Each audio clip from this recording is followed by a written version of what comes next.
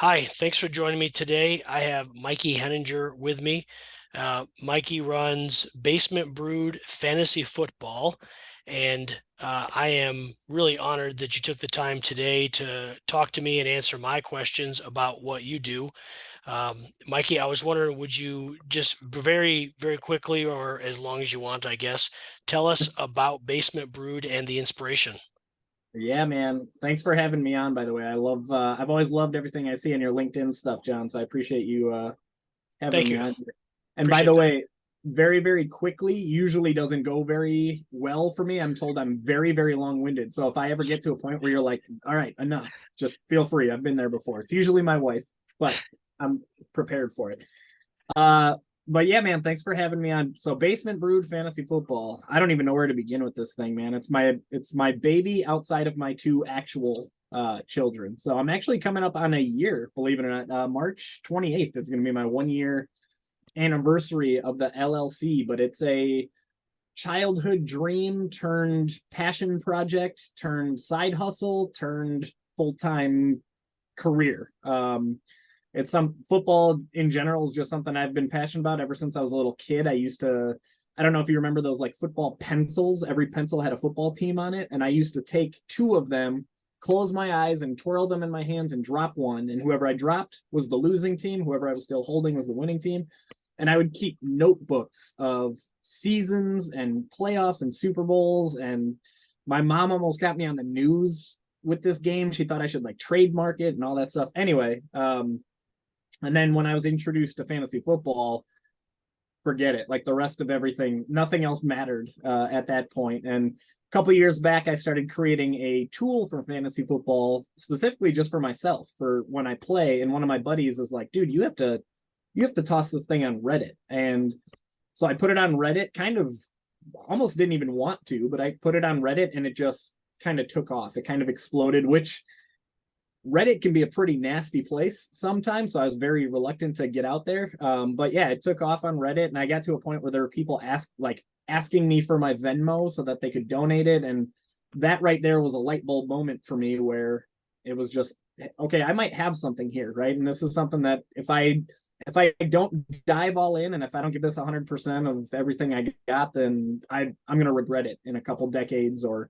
whenever. I'm just going to regret not taking the chance that I had it. So, fast forward to today, we're coming up on a year, and yeah, we got 300 plus fantasy football players, which isn't a lot quite yet, but still, it's a lot of people, and mostly people that I didn't originally know before I started this journey. Which 300 plus people using my tools. They're fantasy football tools that people use to draft well, win their leagues, pick up the right players, trade for the right players, and as I like to say, get luckier by using the tools. Well, that it's pretty neat what your story because you you had a career before this and just said I'm going all in on this, which is awesome that you are in a Yep. spot where you can do that. What is interesting to me is I stumbled upon you through Justin Welsh's page. Oh, sure. I found you in his comments. I'm like, what is this guy doing? And funny enough, at about the time I stumbled on you, I had just gotten kicked out of a fantasy football league for inactivity. And Oh, I'm like, what do you mean I have to go in and do things every week? do stuff. I Right. picked the people, and I have done fantasy football stuff in the past where it Yep. was very simple. They said pay your money to get in, and then they didn't care if you actually participated, which works great for me. Right. And so then I'm like, well, man, I just got kicked out of a fantasy football league. Like, how do you do that? Yeah. And so I stumble upon your page and I'm like, oh, this guy does this for a living. This must be a pretty serious thing.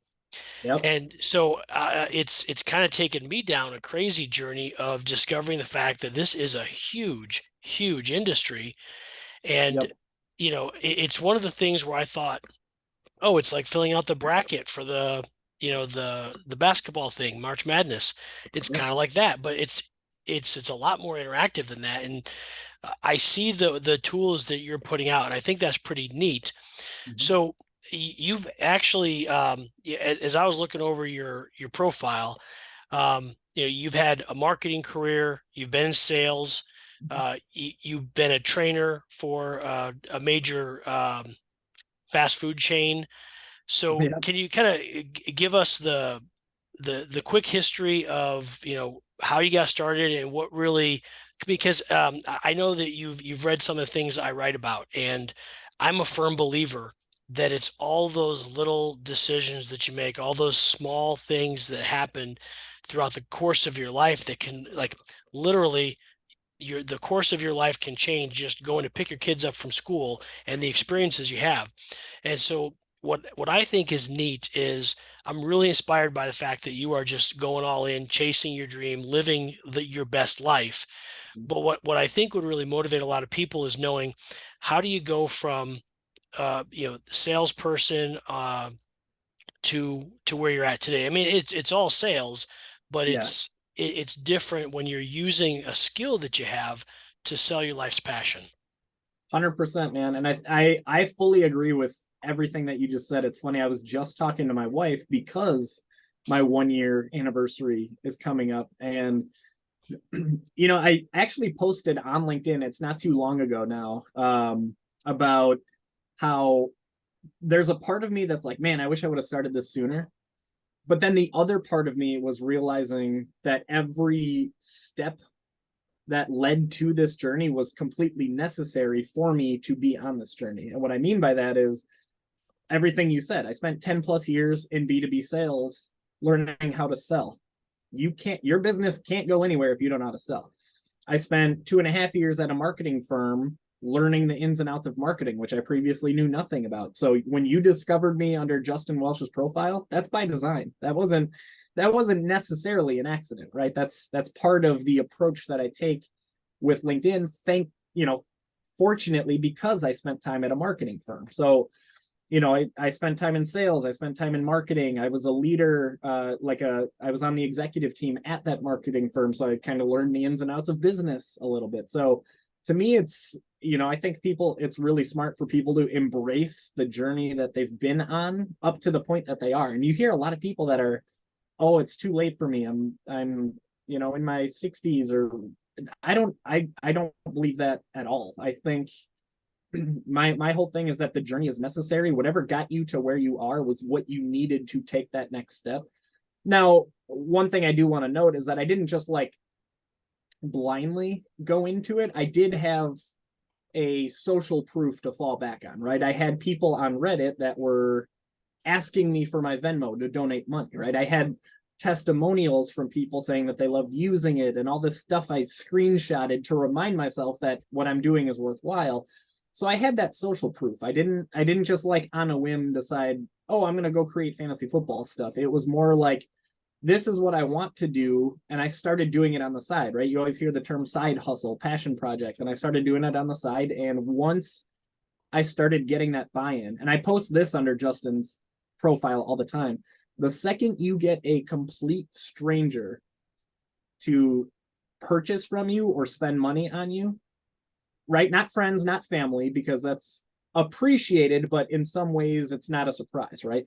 When you get a complete stranger to give you your first dollar, right? Now I fully understand why companies like frame their first dollar bill, because that right there is a light bulb. It's a life changer, not even a game changer. That's the moment where you recognize, holy cow, I have something tangible here that if I don't go all in on this thing, I'm going to regret it. And right there, I just want to pause and say, I'm not necessarily somebody saying that somebody should like just quit whatever they're doing and dive all in. To me, it was years and years of building this and feeling like I perfected it before I was finally ready. And quite candidly, it kind of intertwined with a little bit of a crossroads I was at in my career, where I was just kind of waking up, going through the motions, and then collecting the check so that I could pay my bills. There was nothing about it that was giving me any sort of energy or passion or purpose. And if we have one life to live, if our days are numbered, then I want to spend them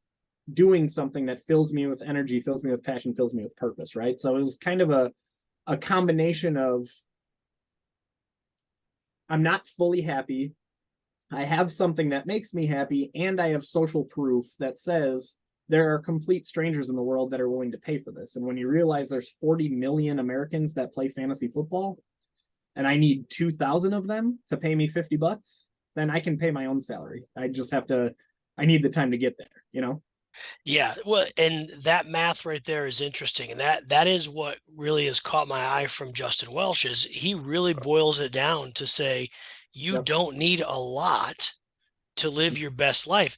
And what I love about this whole solopreneur thing that is taken off is it, and really what I love about Justin's message is he's really telling people stop trying to get rich quick and Yep. come up with something that's unique, come up with your niche. And I don't know anybody else out there that's doing what you're doing. And I think that I know that right now America is your market, but with the NFL now getting involved overseas, Mhm. they've been broadcasting overseas for a while, but I think Right. going over and playing the games over there, there's a whole bunch of little Mikeys that are going to go into those stadiums for the first time, and they're going to Yeah. get bit by that bug. Uh-huh. And 100%. those, that those are future generations of your customers. Yep. I think it's a really exciting time right now for guys who do what you do. Hmm. Now, not that I'm out searching, but I think you have a great audience already that Sure. is going to really kind of and what I think is going to end up happening is just like every other industry, someone somewhere at one of these big betting places is going to figure out what you're doing, and Yeah. like that's going to be your way. They're going to knock on your door at some point and say, "Hey, Mikey, we got Hmm. an idea," because a lot of what you're doing is um, the tools that you're building. I think there's a lot of intellectual property there that is not going to be easy. And sure, I'm sure they can find some data engineer somewhere, but Sure. when you've already built it, that's where I'm thinking I'm seeing the potential of this thing. Hmm. I don't gamble or bet, and I'll tell you that story in a little bit. It's awkward, Okay. Well, now I but can't wait. but that's where I see this going. Is I think it's not just a matter of um, you being able to build this empire. I really think that you're going to find yourself on apps pretty soon, Hmm. and there's because it's honest, it's wholesome. What, and that's why I'll just dive into my gambling story so that it Sure. makes Yeah. sense. So in Michigan, they rolled out this you could gamble on your phone thing through like the companies. I'm not going to mention them because they're Not not to. paying me. Yeah. Um, and so I'm like, oh, well, they're going to give me $200 if I do this, and I guarantee Yeah. to Right. win if I do that. And I don't know if you know this about me, but if you look behind me, I'm a pretty big Chiefs fan. Okay. Yeah, I And did not know that. Good to know. and you know, Congrats, by the way. yeah, well, the last couple of years have been good for us, but prior to that, it was Mhm. my wife grew up in Kansas, and so I just believe in supporting the local team wherever I live. So we lived in Kansas for a while, then we lived in Nebraska where there is no football team, so it's Green Bay or Kansas, and Right. they both have good qualities, but um, so we moved to Michigan 5 or 6 years ago, and I'm like, oh, I can bet on this, and it was the year they went up against Tom Brady, who I'm not a fan of at all. Um, Sure. and so I'm like, oh, I'm gonna bet, and Mhm. I don't know anything about betting. So Sure.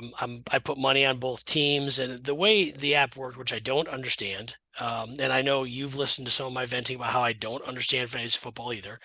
Sure. Um, but so I'm just in there placing bets, and then of course the game doesn't go our way, and it was hurtful. Right. And then I find out that I won money, and I felt dirty, and I'm like, Uh, I just won money off of my team losing, yep. and so I Some actually, call that hedging. Some call that hedging your bet. yeah, I'd never gambled like that before. I'd bought lottery tickets, but Sure. that to me doesn't feel dirty because that money goes to the schools. Sure. But this I did. I remember very vividly when I discovered that I had won, and I won pretty well. And I was like, I'm Sure. not touching that money. That's dirt money. And so the money, I don't remember if it sat on the app or if I Yeah, transferred it to my PayPal. I don't really remember. sure. But here's how my wife discovered what I had done. Um, a long time had gone by. Like recently, my wife is like, "Hey, why is there such a heavy balance on the PayPal account?" I'm like, "I don't know." Just forgot. Well, then I bought Justin Welsh's course, and Mm, then if he allows you to become an affiliate. If you've gone through the whole course at the end, he lets you sign up to say, hey, if you tell people about this class and they buy it, he gives you a slice of it. And so I just posted on my LinkedIn page and let it be what it was. sure. Well, then after about a month, he deposits money in my PayPal account, and wanting to tell my wife, see, I didn't waste 150 bucks. Look, I made Yeah, my money back. right. And she's like, all right, well, I want that money. I'm like, well, it's in the PayPal account. That's how she discovered the gambling money, because she's like, wait a second, where did this money come from? And I was like, I don't know. And that's when Right. I had to confess to her that I bet against the Chiefs and won because of Tom Brady. So, You guys are still together. Everything's good. oh yeah, well, it's funny you mentioned that. Your anniversary is March 28th. So is ours. Hmm. 27 years. Wow. Yeah, So I got a ways to catch up to you guys, but congrats, man. yeah, That's coming up in less than a week. yeah, yeah. So we'll be on vacation too. So we're heading to Nice. some resort in Virginia. Oh, all right. Good deal. That's a nice little spring break area, spring breakish area. Yeah, I'll be honest. With as busy as things have been, I'm just looking forward to disconnecting a little bit and just relaxing with the kids. So, speaking of how busy things have been, I'm Mhm. curious, what does a day in the life of Mikey look like? Depends what month you ask. And the reason I say that is because during football season, so I'd say, or during fantasy football season, I should say, so between August and let's just say January, that is very work in the business, right? I'm creating the tools, delivering what people have paid me for. There's not really a lot of time for anything else. The other half of the year, right? January and then up until August, that's when I'm working on the business. And that I have come to learn means a lot of things. I have to wear more hats than I have back there being an entrepreneur, right? I just finished taxes, like tax season. The website is being rebuilt as we speak.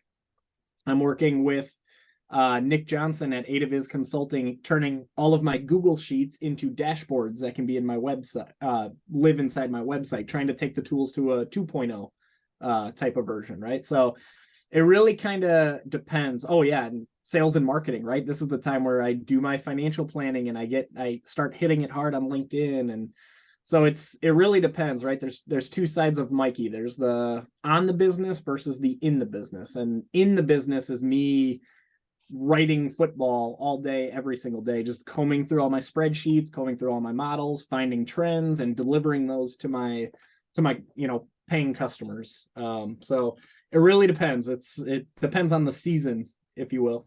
Yeah, yeah. So, if you were to speculate, and we'll do two different speculations, we'll do one during football season and one outside of football season. How many hours a day do you think you spend focused on football? And I don't mean just like driving down the road thinking about it. I mean actually focused on the product. On football specifically, during the season, probably about 50 hours a week. Wow. Um, the main tool, I have 8 different things that people sign up for. The main one, the chief among them, that takes me 30 hours a week. Every single week, it takes me 30 hours. Everything else probably rounds out to about 20. Okay. Um, during the off season, I'd say in like January, February, not much. That's when I'm usually focusing on like, okay, what have I been neglecting as an entrepreneur? What things do I need to be doing from a business standpoint? But now with the NFL draft happening in mid-April, now we start ramping it back up. So I'd say and right now I'm actually writing right before this call, I was writing up my team previews for the Chiefs. Like I just gushed over Travis Kelce for the last hour, and I just tweeted about him for the last hour. If you go over to Twitter, But now I'm starting to do team previews and starting to preview the 2023 outlook for every single player, trying to figure out who's going to fit in where for draft purposes. And I'd say once March and April starts rolling around, then we ramp it back up to about 30 or so hours a week and try and focus the next 20 hours on the business. Okay. So if let's say hypothetically, and I'll be very candid, the majority of Yeah. my audience is not in the United States. I have a huge following in India, Asia, Europe, the UK, Africa, and so if anybody from any other parts of the world wants to become a customer and maybe they're already a fan of the NFL, Yeah. how do they go about doing that? So believe it or not, India and the UK are the second and third largest markets for fantasy football. And I was surprised to hear that about India because there's not any action over there quite yet. But yeah, it goes the USA, India, and then the UK is really starting to blow up from a football and a fantasy football standpoint. If anybody at all is interested in working with me, and I obviously welcome anybody who enjoys the game, right on everything happens right through my website, which is basementbroodff.com. And there's a button at the top that says, I think it says purchase pass. And it'll give you all the data. And if anybody has questions about anything, feel like I'm an open book. Feel free to ping me, hit me up on Twitter, whatever's easiest. But I'm happy to help, and everything runs right through the website, basementbroodff.com. And if they're looking for you on social media, what's your handle? Mm. On Twitter, I'm at BBFF Mikey. And then LinkedIn is just Mikey Henninger. And you'll know you see me because I have a yellow background and a football emoji and a beer emoji and a trophy emoji. So I'd say LinkedIn and Twitter are the two places that I'm hanging out the most for sure. Cool. I'll go ahead and if you're watching this on YouTube right now, you're going to find all these links in the comments below. And I'm going to pop into a couple of weird questions that I didn't warn you Let's do about. it. All Yeah, I right. love it. Okay. That makes it fun. So today, Mikey Mhm. gets to go back to 10-year-old Mikey. Mhm. And the only thing you're allowed to say is you get one sentence, something positive. Um, you get to tell 10-year-old Mikey, go spend more time with this person. Who is that person? Oh man, I love that question. 10-year-old Mikey, go spend more time with this person. Can I mention my wife even though I haven't met her yet? No, I'm kidding. Hey, it's your answer. You can say what you want to say. I would I guess I would have to say my mom only because she passed in 2020, July of 2020, and it's always like you hear this all the time, right? It never changes, but everybody once they're gone, then you're like, oh shoot, I should have spent more time, right? So I think that's the easy answer, but candidly, I was never really that close with my mom. Kind of getting into my teenage years and beyond, there were just some issues with substance abuse and all kinds of stuff there. More, much more close with my dad, and now that he's pushing 70, and my wife has lost both of her parents, so it's not lost on me that my dad is the only in-law left standing. So even then, and back then when I was 10 years old, I kind of was in a spot where I was trying to like push away from my parents a little bit. And part of that is some like childhood stuff where it was like it was kind of a toxic divorce between the two of them. But now that I'm 34 years old, of course, it's better to look back on the fond memories and just try and remember like, okay, they're not going to be around forever. You're not going to be 10 forever. And it'll just be good. I would say it would have to be one, if not both of those, hanging out with both of them more often. Even today, as a 34-year-old man, I should probably be spending more time with my dad. So thanks for that reminder. I gotta write that down and get after it. That's fair. So, it's interesting.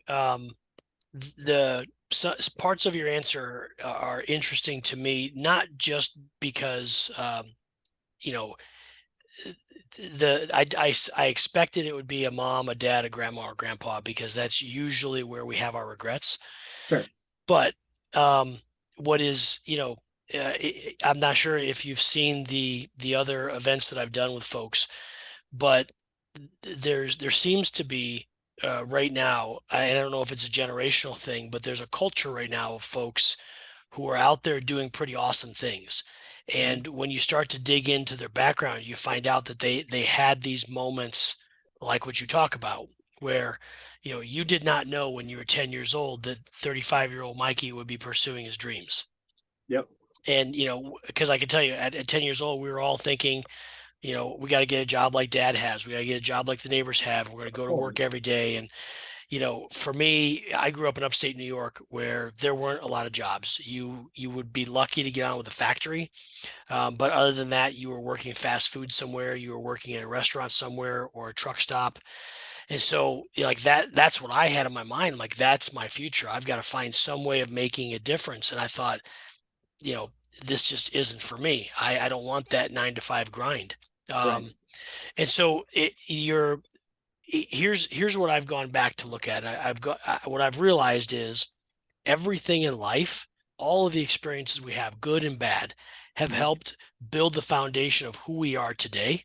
Mhm. And what's interesting is you are doing something right now for your kids that you don't even realize it. Because I do not think that my parents, when I was 10 years old, stopped to think he's watching everything we do and Oh, determining, the everything. path. Mhm. And but I am very well aware that my kids are watching everything I do. Mhm. um, well, she's 12 today. My daughter subscribes to my YouTube channel and watches every video as it pops. Oh well, And hello then. yeah, Hello. and she'll come and say, hey, she'll give me feedback. You did a good job on this. You should do that. And so today on the ride to school, she mentions, oh, hey, by the way, yesterday me and my friends we Googled all of our parents and everything. And I think about that. I'm like, Oh yeah. we couldn't do that. Luckily, for Uh-huh. yeah, and I'm of that generation that I'm like, thank goodness cell phones didn't Uh-huh. exist. Um, Right. and so I look back on that and I say, however you want to define what happened to you and what put you at that point when you were 10 to say, I want to push away. I think we Mhm. all did at some point. We all kind of wanted to assert our own independence and, have our thing. But those moments Mhm. got you ready for where you're at today and where you'll 100%. be in 10 years.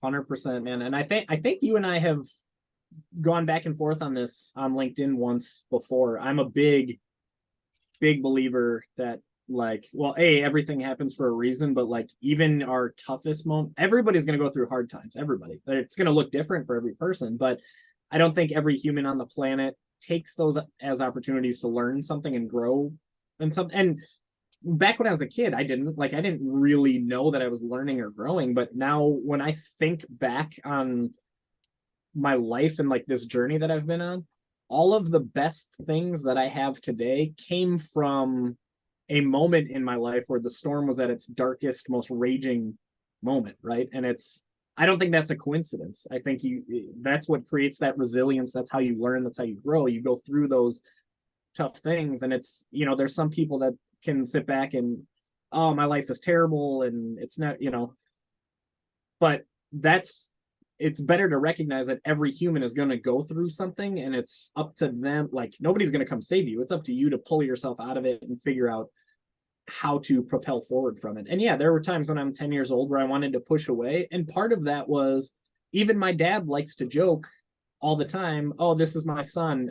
Do as I say, not as I do, was my parenting. Like my dad would make that joke all the time. And that I don't want to throw him or my mom under the bus, but that was kind of my philosophy growing up. And when I became a parent was, I don't want to do the things that my mom did, and I don't want to do the things that my dad did. And you make a great point about your kids are watching everything that you do, and that's not lost on me. Like I told my wife the other day that, like, to me it's motivating knowing that through the eyes of both of my kids, I have a 6-year-old son and a 3-year-old daughter, and through their eyes I'm a superhero that can do no wrong. And to me that's motivating as hell, because all I want to do is prove them right. And Mhm. literally on my mirror, I have my bathroom mirror, so every morning I take a shower, this is the first thing I see. I have a post-it note that says, "Be the human you want your kids to be," because they're watching everything I do, and in some ways they're going to emulate and do the things that I do. So if I'm not behaving well as a human being, then I can't expect them to do as I do or do as I say, right? So I'm with you that I'm very well aware that they're watching me, and that's, to me, that's super motivating, right? Because that if they're watching everything I do, then the pressure's on me to be my best possible version of myself for them, which also becomes for me, right? So I'm 100% with you on all of that. Everything that you said, I'm fully on board for sure. Yeah, it's interesting. The post-it note on the mirror is probably one of the most simple and It's been there easiest. since 2016. It's still there. Yeah, it is. It's so easy and simple that anybody can do it. And I was talking to somebody a while back who said that he got out of the shower one day and with his finger he put it on the mirror, so every morning it's Mm-hmm. there after the shower from the steam. Mm-hmm. But it's that simple reminder that we need. And however you do it, some people do it on their phone. Now they set their alarm Yep. clocks so that that's what they read is get out of bed and go do this, whatever. Yep. I think that's awesome. Thank you for sharing that. Yeah. Um, Totally. so my next awkward question goes in the different direction. And this one tends to throw people off a little bit because they think about it and they don't necessarily want to answer honestly. Okay. Um, I'll give you honest. I promise. 70-year-old you Yeah. is going to walk through that door in a couple minutes and he's going to tell you to stop doing this thing right now. What's that one vice, that one thing that you do that you need to stop doing, but it's a vice for a reason? Oh, it's not a lack of honesty. I'm happy to be honest here. I don't know what the answer is. I would say, and I guess I'm thinking purely from a business and an efficiency standpoint, I need to get rid of my phone. Like, not get rid of it, but it needs to go in a different room for more than I usually put it in my room from 5 to 8 when my kids are awake and we're having dinner and getting ready for bed and all that. But it needs to be in my room for 8 hours a day because, you know, every day or every night I go to bed stressed out thinking, oh man, there's so much I have to do tomorrow. And then the next day I wake up and I scroll mindlessly through Instagram for 20 minutes and then Facebook for 20 minutes. And it's like, man, I feel like I would just accomplish so much more, not even just as an entrepreneur, but as with my health or with the things that I want to do or with my kids. If I just del- I can't get myself to delete the apps because I use them for a business standpoint, like Yep. posting about my tools. Hmm. But I I want so bad to not just mindlessly pick up my phone. Like there's times I pick up I wake up. Like I'm awake, but I wake up and realize, oh, what am I doing? Why am I scrolling through this? This doesn't matter. None of this is helpful. So I would say that's my like one thing that if I could tell myself now to stop doing, that would be it. The other one that's a little bit more hard hitting is, and I have recently been on this kick, but to take my health a little bit more seriously, I got a little bit of a wake up call from my doctor in December or January, where, for a 34-year-old male, which isn't young, but it's not old by any means. And she was telling me, like, your cholesterol and your blood pressure are out of whack for what they should be for being a 34-year-old man. And I wasn't surprised by that because during football season, there was once I joked with my wife that I'm like, I'm not sure I stepped 100 steps today. And it's like, okay. And my wife said, if you don't start prioritizing your health, then you're not going to be around to be able to run a business. So that needs to come first. So it's maybe that wasn't top of mind because it's kind of been a kick that I've been on lately. But if you would have asked me that question 2 months ago, then the number one answer would have easily been take your health seriously, exercise, drink water, watch what you eat. I mean, there were times I was eating McDonald's for lunch and Qdoba for dinner and no exercise. And you can't do that and expect to be around too long.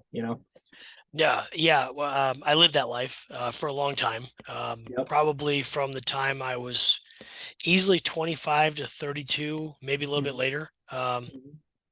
And I had that same moment. And here's what's interesting is, um, I'm sure you get this a lot as well.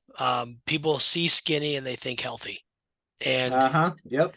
yeah, and it's interesting to me because I've met people who double my weight and they're healthier than I am. And Yep. as a society, Puzzling.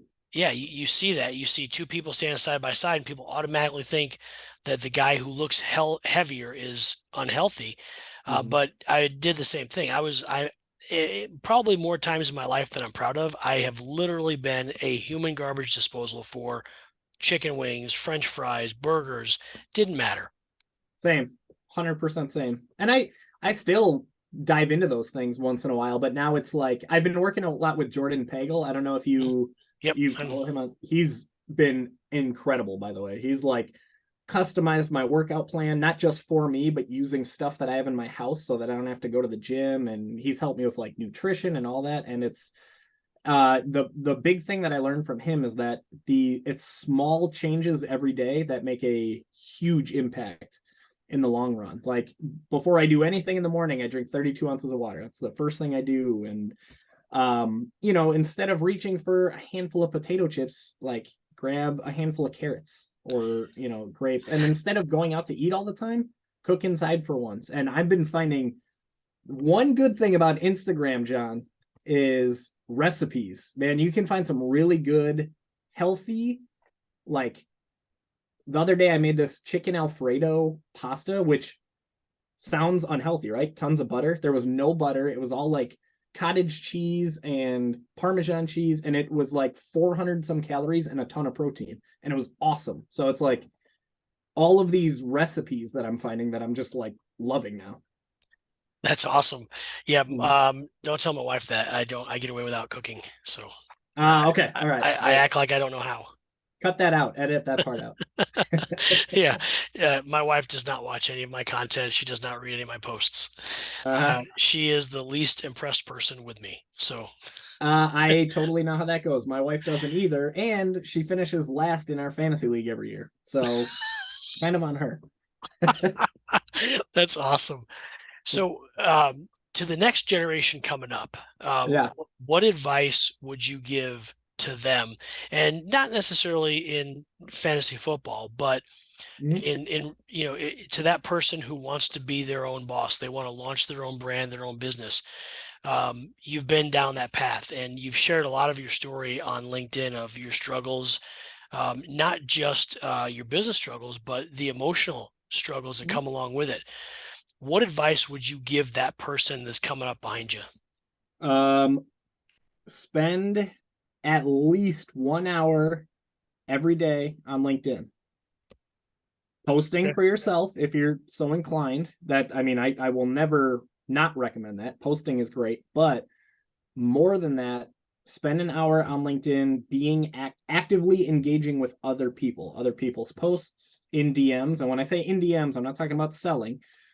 In DMs, just like chatting with them where it makes sense. I send a DM to every single person that looks at my profile. I pop open that list on LinkedIn every day and I send them a note that says, hey, as it does, LinkedIn notified me that you were recently checking out my profile. Is there anything specific you're looking for? I'm happy to help however I can. Make an introduction, whatever that is.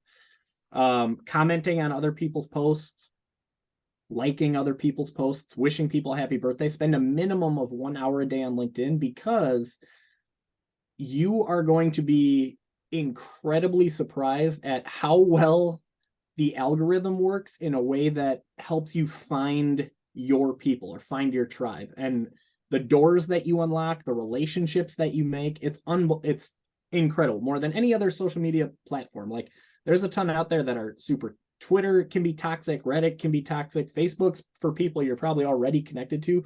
LinkedIn is for just kind of getting out there, and it very much is the networking platform, and you're going to be amazed at the relationships that you make, the people that you meet, the doors that you unlock.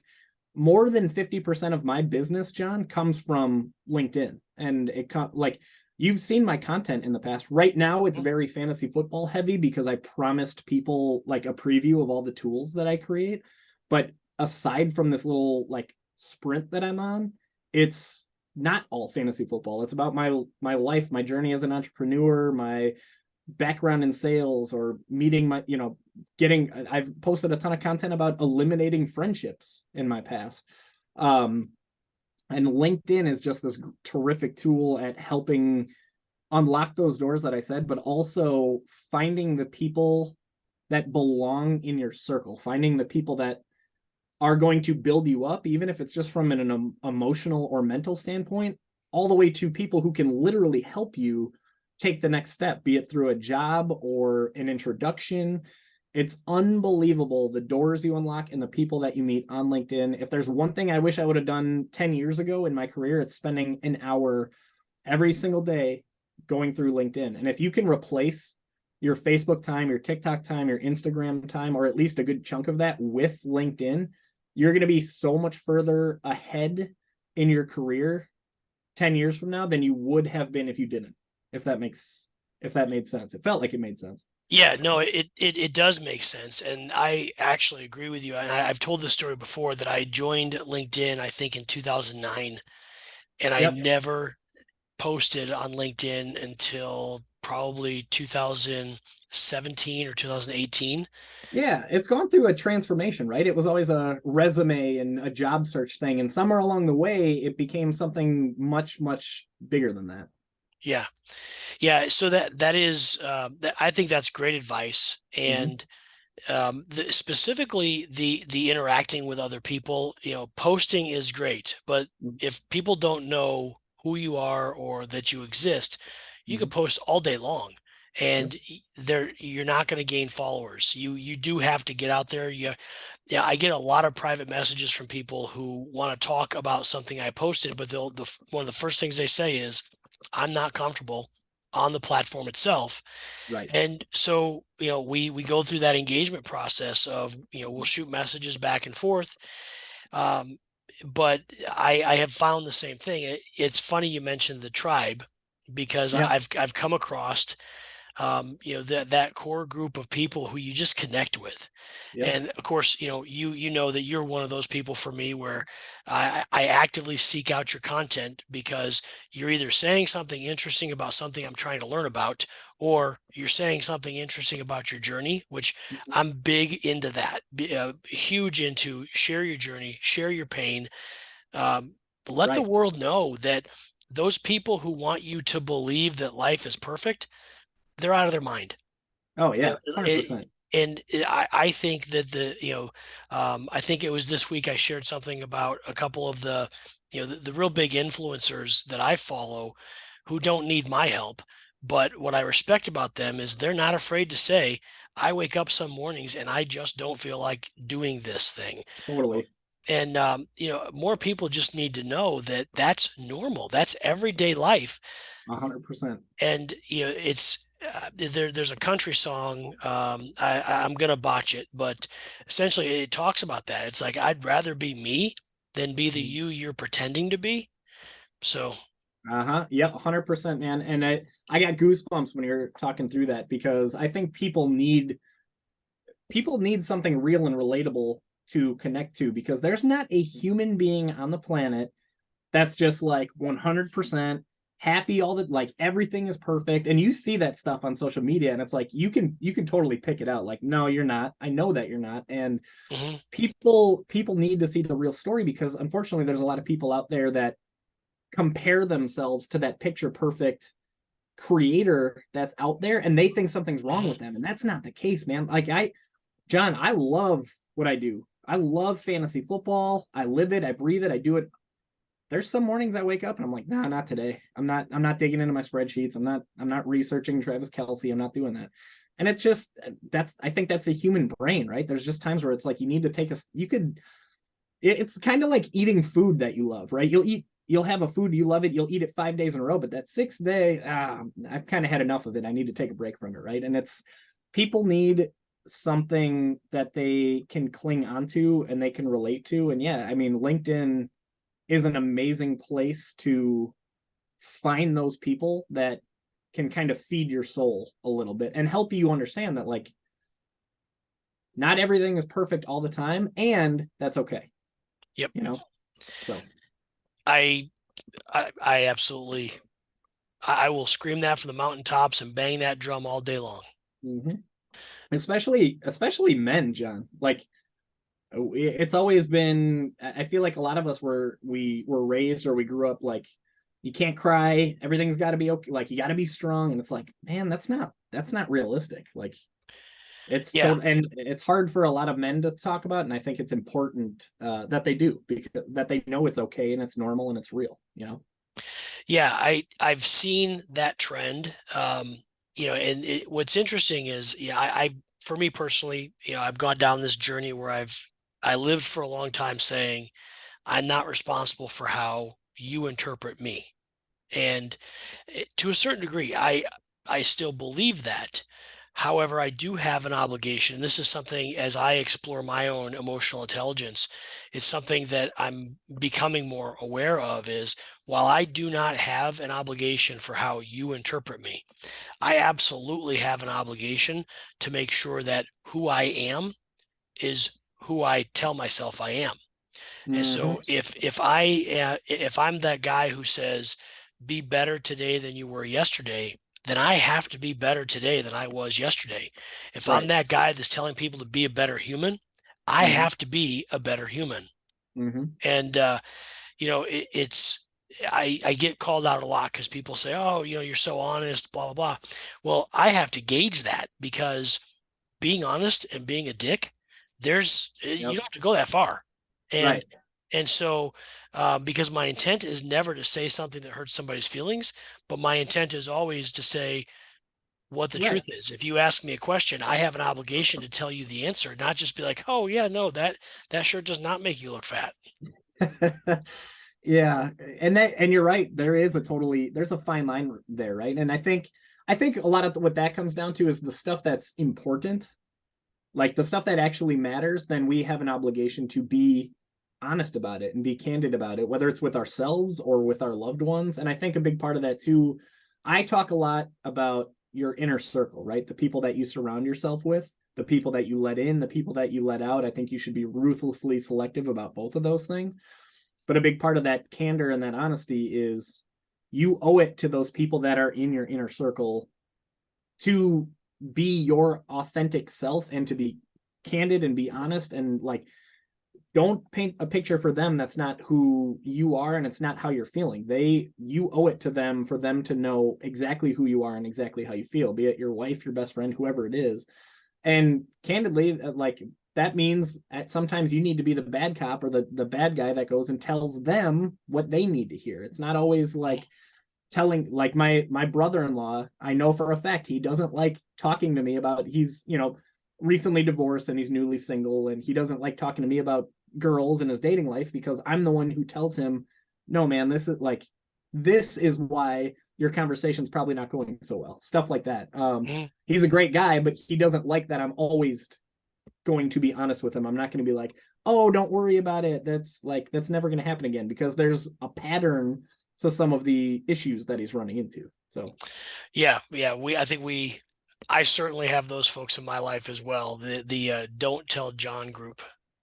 yeah, Yeah. 100%. That's good. That means they can count on you to be that friend that tells them what needs to be said, right? And that's a Mhm. good thing because if you have a friend group where nobody is willing to be that person, then nobody in that friend group is going to be real. Like nothing they do is going to be real or have any value to it, meaning to it. Yeah. Well, Mikey, we're coming up on an hour here, and I'm just super grateful. This was a lot of fun for me. I hope you feel the same Yeah, way. totally. And I will post all the different ways that you can find Mikey and his business in the notes of this. And every place that this link is posted, you'll also find that in the comments below. And I encourage you to check him out, check out his product. I'm sure there are others out there that are doing it, but he's got a great sense of humor. Um, and I think that if you find his page, you follow him on any social media platform, you're going to find him to be entertaining, educational, and on his game. So he knows what he's talking about. And I've learned a lot from him in just probably the last 6 months. So, Mikey, is there anything else that you want to put out there before we go? Jeez, no, man. I wish I was recording that so I could add it as like a testimonial on my website or something. But no, man, I really appreciate it. Those are a lot of kind words, and it's been great connecting with you and following you on LinkedIn, John. You're doing a lot of great stuff yourself. Don't ever feel shy about boasting about that. But no, man, I had a really good time, and I appreciate you being flexible. Anybody who's listening, please know that I accidentally no-showed John this morning about 6 hours ago. I just like didn't show up because I'm an irresponsible entrepreneur. So That's okay. We've all done that. We've all been there. Um, you can find me on any social media platform with my handle Get Doolin. That's GETDOOLEN. Thank you for watching this. If you're still here, we both appreciate it, and don't forget to go check out Mikey's page.